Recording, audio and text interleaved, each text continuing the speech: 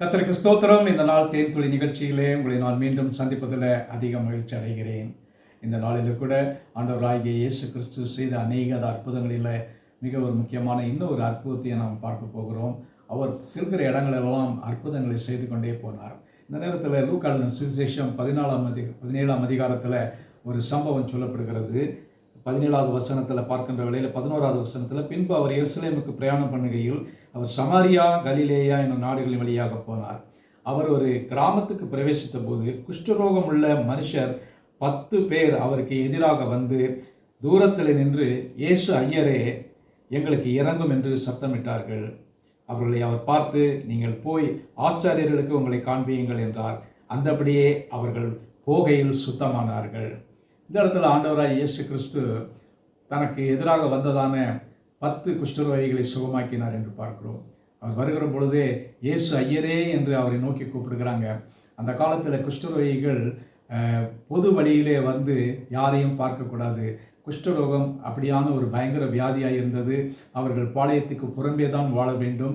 அவர்கள் ஊருக்கு உள்ளாக வந்து யாரோடும் பழகக்கூடாது. அப்பொழுது ஆண்டவராய் இயேசு கிறிஸ்து அவர்கள் மீது மனதுருகி, நீங்கள் போய் ஆசாரியருக்கு காண்பீங்கள். ஏன்னு சொன்னால் ஆசாரியர்கள் தான் அங்கீகரிக்க வேண்டும். இவர்கள் சுத்தமானார்கள் என்பதை பார்த்து அங்கீகரித்து பலிகளை செலுத்தின பின்புதான் மற்ற காரியங்கள் எல்லாம் அவர்களுக்கு தொடர்ந்து நடக்கும். ஆகவே அந்த நேரத்தில் போகின்ற வழியிலேயே அவர்கள் 10 பேரும் சுகமானார்கள்.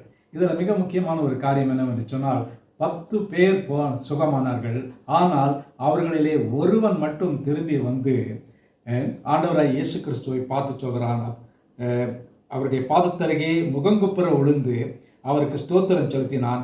அவன் சமாரியனாய் இருந்தான். அவன் ஒரு சமாரிய மனிதனாய் இருக்கிறபடியினாலே ஆண்டவருடைய பாதத்தில் விழுந்து அவருக்கு ஸ்தோத்திரம் பண்ணினான் என்று பார்க்கிறோம். ஆண்டவர் கேட்கிறார், 10 பேர் இருந்தார்களே, மற்ற 9 பேர் எங்கே என்று.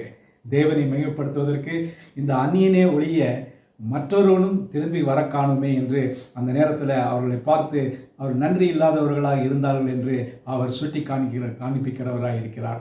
நம்முடைய வாழ்க்கையில் கூட ஆண்டவரிடத்தில் எத்தனையோ அற்புதங்களை நாம் பெற்றுக்கொள்கிறோம். அந்த நேரத்தில் அவர் நமக்கு செய்த நன்மைக்காக அவரிடத்தில் வந்து அவருக்கு நாம் ஸ்தோத்திரம் செலுத்த வேண்டும், நன்றி செலுத்த வேண்டும்.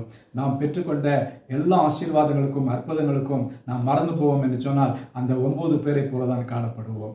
அதே நேரத்தில் ஆண்டவர் அவனை பார்த்து சொல்கிறார், அவனை நோக்கி, நீ எழுந்து போ, உன் விசுவாசம் உன்னை ரட்சித்தது.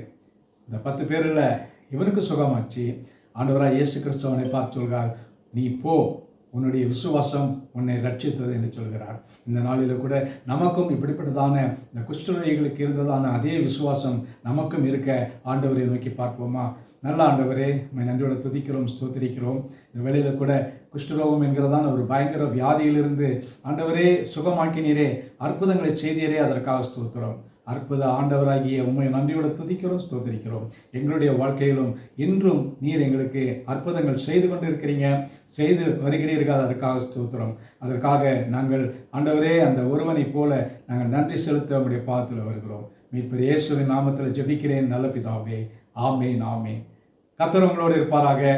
நாம் நன்றி உள்ளவர்களாக ஆண்டவரோடு கூட நெருங்கி இந்த நாளிலே வாழ்வோம்.